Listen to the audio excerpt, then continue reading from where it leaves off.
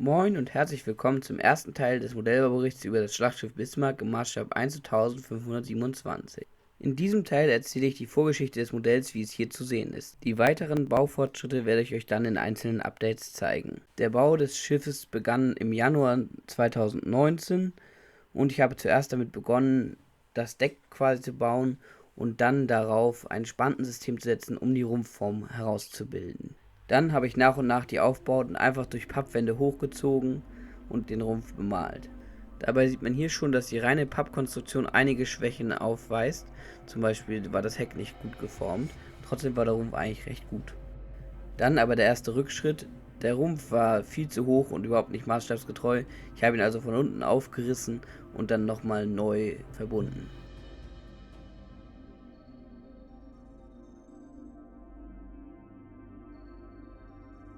Dann brauchte der Rumpf natürlich auch eine komplett neue Bemalung.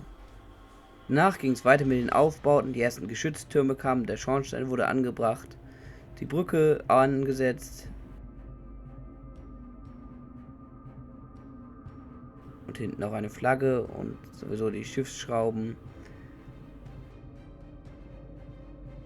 Dann ein Flugzeug und weitere Details wie die Kräne.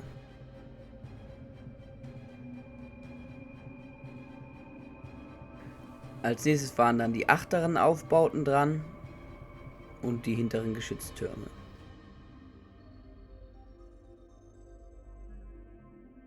Die wurden dann immer weiter hochgezogen, die achteren Aufbauten, und dann kam auch endlich die Tarnbemalung.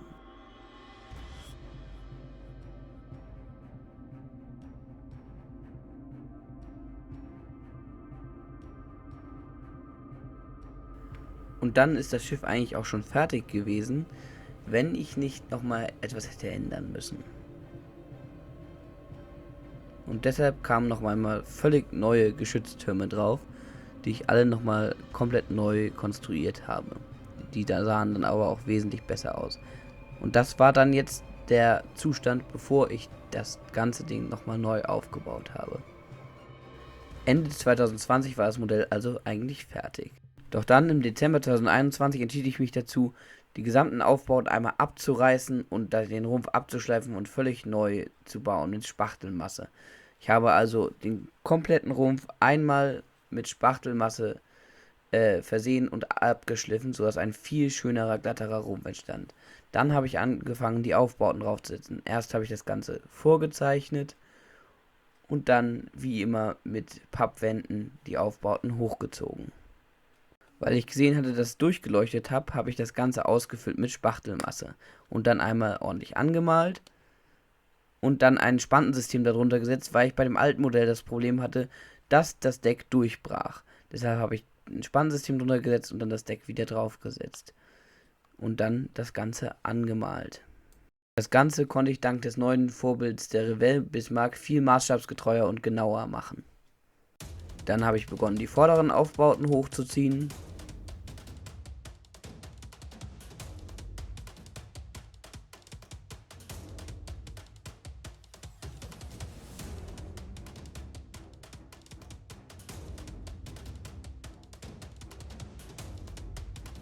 Auch die habe ich wieder mit Spachtelmasse ausgekleidet, weil es sonst durchgeleuchtet hätte. Das Ganze habe ich dann immer in Schichten aufgebaut. Das heißt, zuerst habe ich die Seitenwände hochgezogen, dann die Drecke draufgesetzt und bemalt.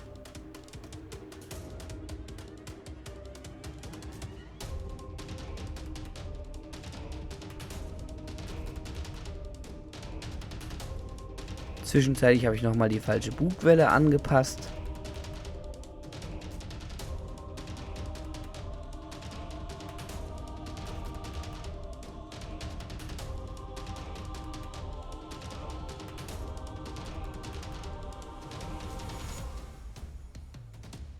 Hier sieht man auch nochmal, wie der neue Bug nach vorne hochgezogen ist. Das sieht viel besser aus als bei dem alten Bug.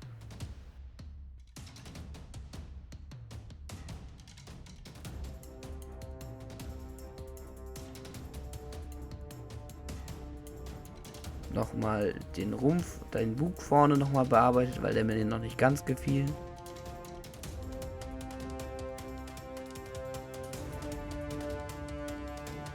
Für einige Details habe ich auch andere Materialien genommen, wie zum Beispiel Holz.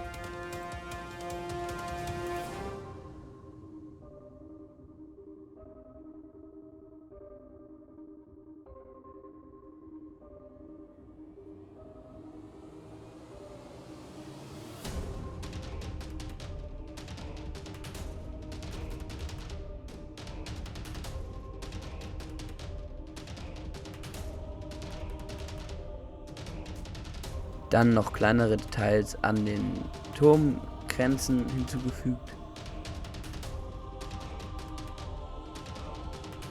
Und dann ging es weiter mit den Aufbauten, die ich weiter nach oben gezogen habe vorne.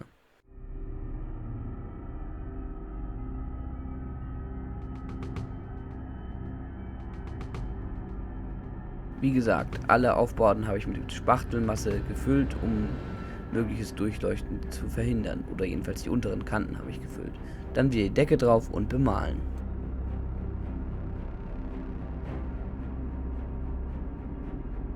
Hier sieht man, dass ich auch teilweise oben ein Spantensystem eingezogen habe, um die Stabilität zu verbessern.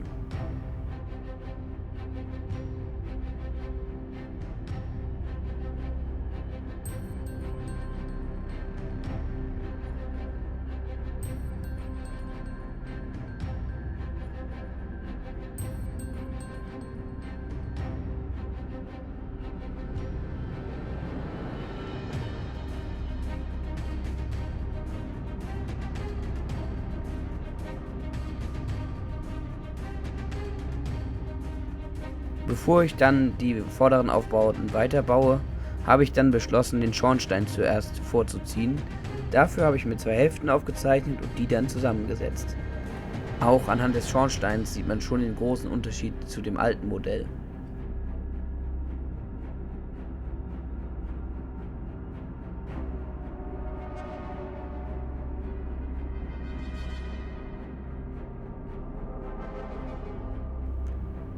Als nächstes habe ich die Hangars neben den Schornstein ergänzt.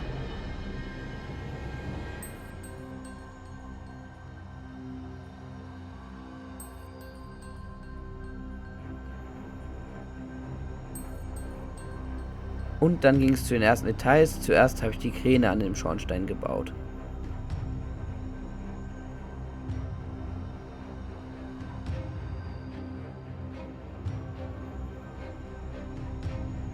Nach weiteren kleinen Details am Schornstein ging es dann zu den hinteren Aufbauten. Dort habe ich begonnen, die Wand hochzuziehen. Das war es jetzt auch mit der Vorgeschichte der Bismarck. Im nächsten Teil geht es dann weiter mit den hinteren Aufbauten. Ich bedanke mich bei euch fürs Zuschauen und bis dann.